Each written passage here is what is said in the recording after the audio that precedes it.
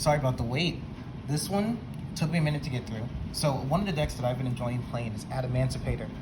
Ever since the deck was announced, I've really enjoyed the concept of it, but it finally got to a point where I could play it, and I was gonna have a deck list ready for you guys, but then the May 17th ban list hit, and it kind of destroyed the version that I was playing. But that's okay, we're back. I had to wait on some cards, which is why it took a minute. But we're gonna go into it. This is Adamancipator's. It's a pretty fun deck if you're not sure how to play it. I was thinking about releasing a combo video, but that would be a very long video given how complicated the combos can get it sometimes. But I'm just gonna give you a rundown of the deck I've been playing, what I've been liking about it, and go over why I picked certain cards. But to start off, you have to play 3 of all the tuners. So I'm talking 3 Seeker, 3 Researcher, 3 Analyzers. That's how you start your combos. If you don't know, as long as you control an Adamancipator, Seeker can special summon itself to the field. As long as you control a rock, Researcher can special summon itself to the field. And if your opponents control monsters and you don't, so if you're going second, Analyzer can special summon itself to the field. And they all have the same effect where they can excavate the top 5 cards of your deck. And as long as it's a non-tuner level 4 or lower rock monster, they can actually summon it to the field. And that's basically where the combo is going to come from. These are all your tuners. This is how you're going to get into your synchro plays here. I don't see any reason to play any less of any of these 3. I feel like these are basically 9 starters, and I don't know why you wouldn't want to play those. Next, for the rocks, I play 2 Dragite, 1 Leonite. I have been thinking about changing this around. I am not playing Ash Blossom in my build at the moment, but I have been debating putting Ash Blossom in, and if I do that, I would swap this out for a 3rd Dragite. But right now, what I've been playing, 2 Dragite, 1 Leonite is really good. These cards are solid. If they're summoned off of an Adamancipator card, they get extra effects. Dragite will draw a card, and Leonite will allow you to stack your deck with a card from your hand or graveyard as long as it's an Adamancipator card. This is really good at extending your combos, but more importantly, the Dragite draw one is super nice, and it's also a good Ash Magnet if they don't know what they're doing. So that's why I would think about going up on that one, but I do think the 2 blues, 1 red is good enough. And then for your targets, you want to make sure that you hit a lot of rocks. So this deck's playing a lot of rock monsters, and one good monster we play is Doki Doki. Doki Doki's a solid Ash Magnet if you need it. It's also in your worst case a good normal summon. A lot of people are only playing 2 Doki Doki, but I don't see why. I feel like 3 of them is perfectly fine. I feel like it works really well with the deck, and hitting a Doki Doki is not really bad. Worst case scenario, I've had one situation where I've had the Doki Doki to summon Nibiru to go for games, so I don't think Doki Doki is necessarily a bad choice, as it is a just solid way to shuffle your rocks around, so I don't think there's any reason not playing it. You do need to play 3 copies of Supplier. Supplier's super great. If your rock is sent to the graveyard, you get to special summon it from your hand, which, by the way, if they are sent to the graveyard for a synchro summon, that does count. So you synchro off with your tuners, which all your tuners are rocks, and you can special summon Supplier. And when he's normal special, he actually gets to add a copy of Guardian. Now, he doesn't just specifically add Guardian, but this is the other Karaki mirror you're playing. Guardian's super good. It is a negation of a monster effect, and there's not much we can really say to be bad about that. Worst case is a level 4, but when it's on the field, your opponent activates a monster effect while you control it. You can tribute it to negate the monster effect, and you destroy that monster, and it's really good in this deck, given that you want to set up negates. Now, one thing that I've been playing is Token Collector. So right now, in the meta, Sword Soul is really prevalent, and so is the Adventure little package, meaning that a lot of decks are using tokens. Now, not every deck is going to be using tokens. However, if you are against a deck that is using tokens, Token Collector is really good. It's a free special. No one can summon tokens. It shuts off a lot of Sword Soul plays, and it shuts off the Adventure engine entirely, given that it's all revolved around the token. So I feel like Token Collector is really good in this meta. This could be swapped out for any other better level 4 rock, but I feel right now it's just really good to have, and I'm getting a lot of use out of it. Next up, you want to play 3 Nibiru. Nibiru's not really too prevalent in the meta right now. However, I feel like There's some interdimensional syntheses. One is a rock, so it can be summoned off of some of the synchros, or like I said, Doki Doki, you can go in. It does have 3k attack. Another thing is if you do Nibiru your opponent and everything on the board's gone, it's just Nibiru on the token, then they pass. Nibiru is a rock, so you can actually special summon Researcher versus normal summoning her, which is really good. Another thing is it does give a Nibiru token, and sometimes the Nibiru token can be hard to beat over, especially right now with things like Baron and stuff, which is high stats walking around. But you're also playing Token Collector. You give them a Nibiru token, and you can just use Token Collector to scoop it up. It's not too bad, and it'll give you a nice 3k beater on the field. Pretty solid card. Next, we're going to be playing 3 copies of Parallel Exceed. Parallel Exceed's insane going into rank 4s. Also, the fact that it is a wind, which will be prevalent later, is really good to have. It's just a great extender. It gets you into some of your rank 4s, which we'll go over in just a second. And I feel like Parallel Exceed is really good. Next, we're playing one Plague Spreader combo.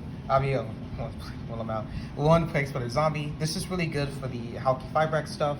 Halk's a really good card, and I feel like since it's not banned just yet, we still get the use of this Plague Spreader Zombie to use its effects, and I think it's a really good card just for extenders. Also level 2 tuner, which is really great. Next up, we are playing 3 copies of Adamancipator Signs. This is like Adamancipator. It was actually Rock Monster Reborn, and it's insane how push this spell is. So if you use Signs and you revive an Adamancipator monster, you actually get to put a level 4 or lower rock monster from your deck and place it on top. So you just get to pick what your next draw is going to be. However, if you summon Dragite off of Signs and you have not used Dragite's effect yet because it's only once per turn, then Dragite gets to draw Chainlink 1. And then you can use Signs Chainlink 2, so you can add the monster you want to draw on top first and then draw off of Dragite. And it's an insane combo that can kind of stack your deck and get whatever card you need to. And I feel like Signs is just really good. It is also just a solid way to just get extra bodies on the field. I feel like Signs is really good. Next, I played 3 copies of Adamancipator Resonance. The reason I played 3 copies of this card, not many people are playing it, but it's a non-once per turn monster negating destruction.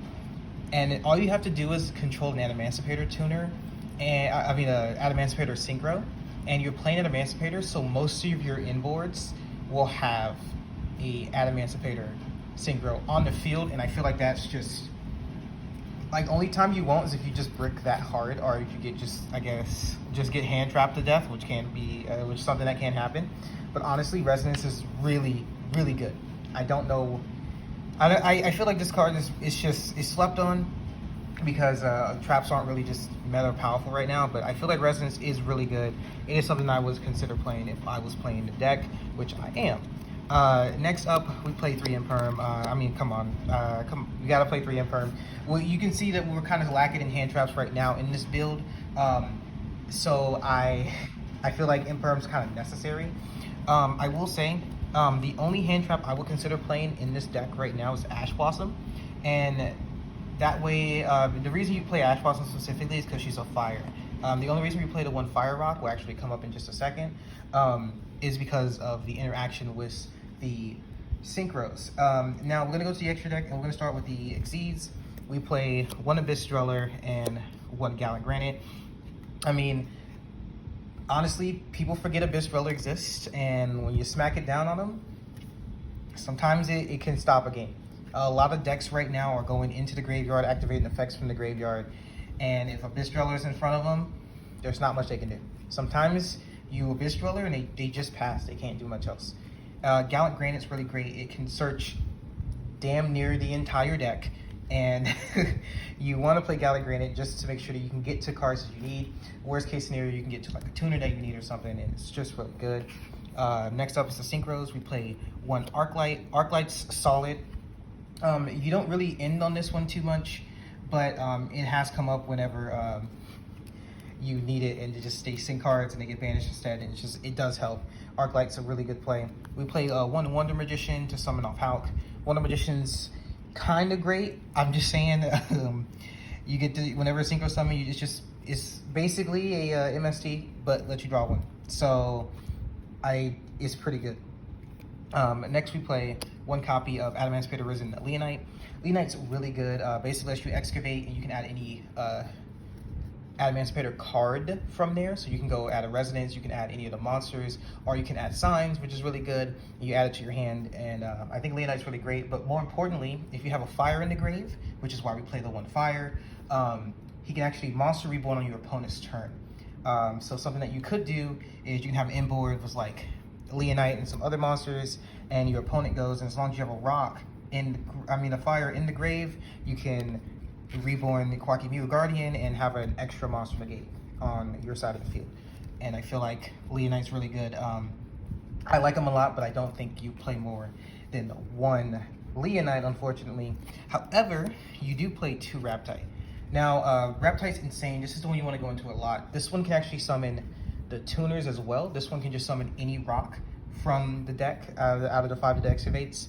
And this one has a DD Crow effect as long as there's a wind, which is why we actually play Parallel Exceed. We play a decent amount of link monsters in here to kind of help start with combos.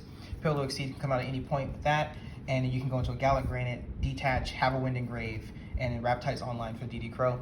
Another thing, you can actually use this to go into a level 8 Synchro, and then Leonite can revive it and then have its DD Crow effect. So it's actually insane how good Raptite is. I think playing 2 Raptite is the play right now. Next we play 1 Dragite. Dragite's the boss monster for this deck.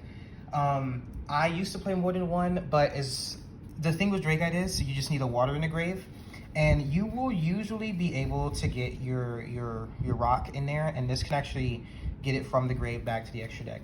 The only way you're going to lose Dragite if it's banished, but there's so many other cards in here that are just extra push that banishing this is going to be really insane.